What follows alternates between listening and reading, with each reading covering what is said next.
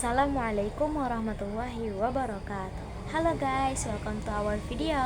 Jadi pada kesempatan kali ini saya dan teman-teman dari kelompok 4 akan menjelaskan materi fikih dengan judul Al-Qaidul Khamsah. Kita dari kelompok 4 beranggotakan 6 orang. Yang pertama Hana Iftida Elvis, saya sendiri. Yang kedua Jiha Faida. Yang ketiga Laura Ramadhani Evalin. Yang keempat Fauzia Khairunisa. Yang kelima Muhammad Angkasa Wirmanda Putra. Yang keenam Muhammad Khairi Resmana. Nah teman-teman, kalian tahu gak sih apa yang dimaksud dengan Al-Qaidul Khamsah? Al-Qaidul Khamsah adalah ilmu yang berhubungan dengan ilmu fikih. Seseorang tidak akan bisa menetapkan hukum terhadap suatu problem yang baik apabila tidak mengetahui kaidah-kaidah fikih. Fikih terbangun dari 5 kaidah. A. Segala sesuatu tergantung tujuannya. Sahnya perbuatan tergantung pada niatnya. Hadis riwayat Bukhari. B. Keyakinan tidak bisa dihilangkan dengan sebab keraguan.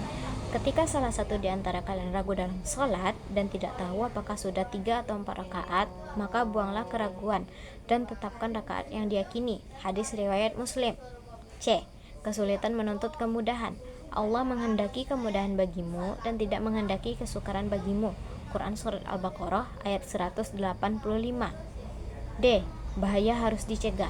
Allah menghendaki kemudahan bagimu dan tidak menghendaki kesukaran bagimu. Quran Surat Al-Baqarah ayat 185. E. Kebiasaan bisa dijadikan sebagai hukum. Dan barang siapa yang menantang Rasul sesudah jelas kebenaran baginya dan mengikuti jalan yang bukan jalan orang-orang mukmin, kami biarkan ia leluasa terhadap kesesatan yang telah dikuasainya itu, dan kami masukkan ke dalam jahanam, dan jahanam itu seburuk-buruk tempat kembali. Quran Surat An-Nisa ayat 115. Bagian A. Segala sesuatu tergantung tujuannya. Dalilnya, sahnya perbuatan tergantung pada niatnya. Hadis riwayat Bukhari. Sahnya perbuatan tergantung pada niatnya. Perbuatan yang dimaksud adalah segala bentuk aktivitas baik berupa ucapan maupun gerakan tubuh kita. Imam Syafi'i, Imam Ahmad bin Hambal, Imam Abu Daud, dan lainnya sepakat bahwa hadis tentang niat tersebut merupakan sepertiga ilmu. Imam Baihaqi mengilustrasikan hadis tersebut bahwa perbuatan manusia tidak lepas dari 3 hal, yaitu hati, lisan, dan anggota tubuh. B. Ulama membahas niat dari 7 bagian, yaitu hakikat, hukum, tempat, waktu, tata cara, syarat, dan tujuan niat. Maksud niat adalah untuk membedakan ibadah dari adat yang serupa dengannya. Begitu juga fungsi niat, untuk membedakan antara satu bentuk ibadah dengan ibadah lainnya. Maksud dan tujuan niat ada 2. Yang pertama, untuk membedakan antara ibadah dan adat. Yang kedua, fungsi untuk membedakan tingkatan ibadah wajib ataupun sunnah. Disyaratkan menentukan ibadah yang serupa dengan selainnya. Yang C. Syekh Abu Ishaq Al-Syairazi dalam kitab Al-Muzhab memberi batasan, setiap perkara yang membutuhkan niat fardu membutuhkan penentuan penyebutan, kecuali tayamum untuk ibadah fardu. Dalam tayamum tidak disyaratkan niat fardu tayamum. Bahkan tidak sah apabila disyaratkan niat fardu tanpa ada lafaz al-istibahah atau dalam artian mencari kebolehan melakukan suatu ibadah. D. Suatu ibadah ditentukan, sementara niat menentukan tidak disyaratkan secara terperinci. Hal ini, yang pertama, penyebutan ibadah tidak disyaratkan terperinci. Yang kedua, perkara yang penentuannya diisyaratkan, maka kesalahan penyebutannya membatalkan ibadah. Yang ketiga, perkara yang wajib disebutkan secara umum dan tidak wajib disebutkan secara terperinci. Apabila disebutkan secara rinci dan terjadi kesalahan penyebutannya, maka menyebabkan batal. Yang E. Fungsi niat adalah diisyaratkannya perbuatan fardu dalam niat. Terkait penyebutan ada dan qada dalam salat ada beberapa perbedaan. Di antaranya yang pertama, diisyaratkan penyebutan ada dan qada. Yang kedua, disyaratkan penyebutan niat qada dan tidak penyebutan niat ada. 3. Disyaratkan penyebutan ada apabila memiliki tanggungan salat qada. Pendapat ini didukung oleh Imam Al-Mawardi. 4. Tidak disyaratkannya penyebutan ada atau qada secara mutlak. B. Keyakinan tidak bisa dihilangkan dengan sebab keraguan. Ketika salah satu di antara kalian menemukan sesuatu di perutnya, lalu sangsi ragu apakah keluar sesuatu atau tidak, maka jangan keluar dari masjid sampai mendengarkan suara atau menemukan bau kentut. Hadis riwayat Muslim. 1. Kaidah baka makana ala makana. Keadaan yang ada menetapi keadaan sebelumnya. 2. Kaidah bara'ah azimah. Bebas dari menanggung hak-hak orang lain ketika hak-hak tersebut tidak menjadi tanggungan seseorang. 3. Kaidah man syakka hal fa'ala syai'an am la fal as'annahu lam yaf'alhu. Orang yang ragu apakah telah melakukan sesuatu atau belum, maka hukum asalnya adalah sungguh ia belum melakukannya. 4. Kaidah man tayakkana al-fi'la wa sya'fi al-kalil au al-katsir humail ala al-kalil. Orang yang yakin telah melakukan suatu perbuatan dan ragu tentang sedikit banyaknya, maka dihukumi baru melakukan yang sedikit. 5. Kaidah al-as al-adam. Hukum asal pada hak adami adalah tidak ada ketetapan atau tanggungan kepada orang lain. 6. Kaidah al-as fi kulli hadis takdiruh bi akrab zaman. Hukum asal setiap perkara yang baru datang adalah mengira-ngirakannya terjadi pada waktu yang paling dekat. 7. Kaidah al-as fi al-abda' at-tahrim. Jika haram dan halal untuk dinikahi dihadapkan kepada seorang wanita, maka yang dimenangkan adalah sisi haramnya. 8. Kaidah al-as fi al-kalam al-hakikah. Hukum asal suatu ucapan adalah hakikatnya. Suatu ucapan adalah hakikatnya tidak boleh dialihkan ke makna majasnya, kecuali terdapat faktor yang menetapkan ucapan itu harus diarahkan pada majas, dan tidak mungkin diarahkan pada makna hakikatnya. C. Kesulitan menuntut kemudahan. Allah hendak memberikan keringanan kepadamu dan manusia dijadikan bersifat lemah. Quran Surah An-Nisa ayat 28. A. Sebab-sebab rukah ada 7, yaitu 1. Safar atau bepergian, yang 2. Sakit, yang ketiga ikrah atau keterpaksaan, 4. Nisyan, 5. Jahil, 6. Usyur, 7. Naskul. Batasan masyakah, kesulitan berbeda-beda sesuai keadaan yang dihadapi. Masyakah terbagi menjadi 2. Yang pertama, masyakah yang secara umum tidak terlepas dari ibadah atau ketaatan. Yang kedua, masyakah yang secara umum bisa lepas dari ibadah. Masyakah kedua ini ada 3 tingkatan, yaitu pertama, masyakah yang memberatkan seperti kekhawatiran atas keselamatan jiwa, anggota tubuh ataupun harta. Yang kedua, masyakah ringan seperti sakit kepala ringan dan cuaca kurang baik yang menyebabkan pilek atau batu-batu ringan.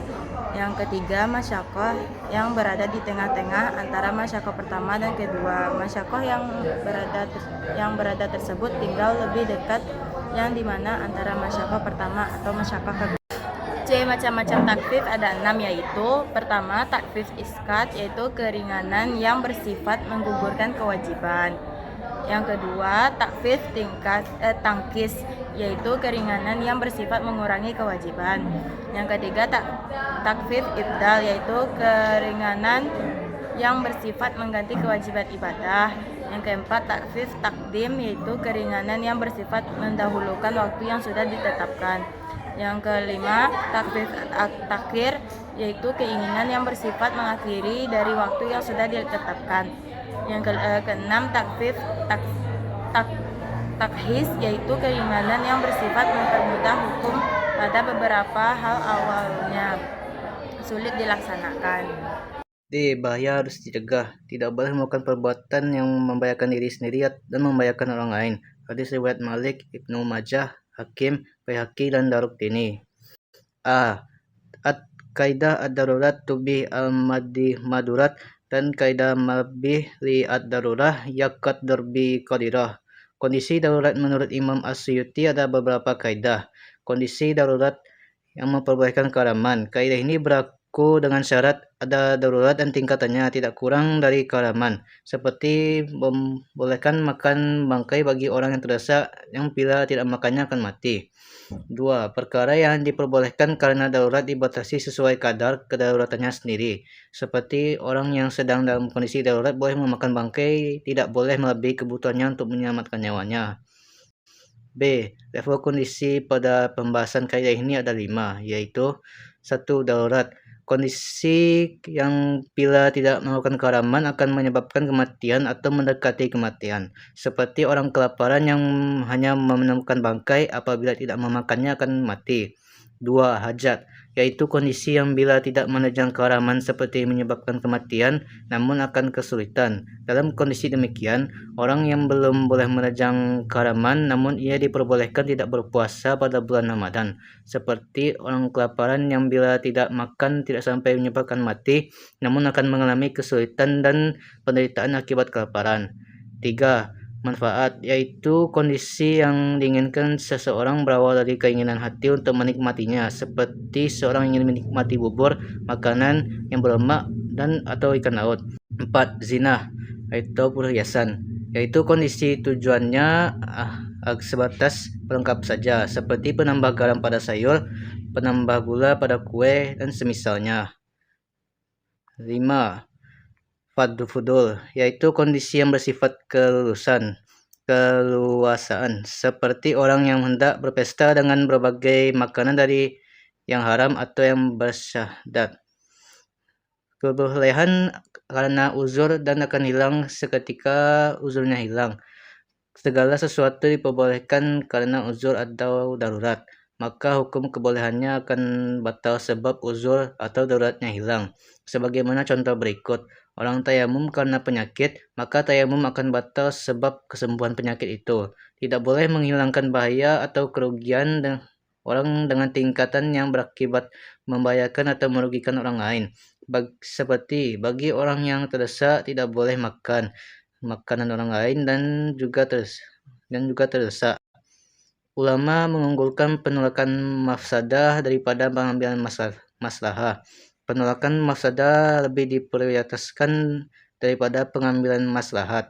Ibadah seseorang dengan meninggalkan larangan Allah Subhanahu wa taala lebih mulia lebih berat dibandingkan ibadah yang berupa menjalankan perintahnya. Kebiasaan bisa dijadikan sebagai hukum. Hadis Nabi Muhammad SAW yang artinya apa yang dilihat baik oleh seorang muslim maka menurut Allah Subhanahu wa taala adalah baik. Ada riwayat Ahmad. Standar legalitas ada 3. 1. Cukup sekali atau tanpa pengulangan. 2. Harus terulang 2 atau 3 kali. 3. Berulang kali sampai muncul dugaan kuat adat tersebut tidak berubah-ubah. Yang B. Kaidah adah mutabarah. Adat bisa dijadikan pijakan hukum bila berlaku secara merata di suatu daerah.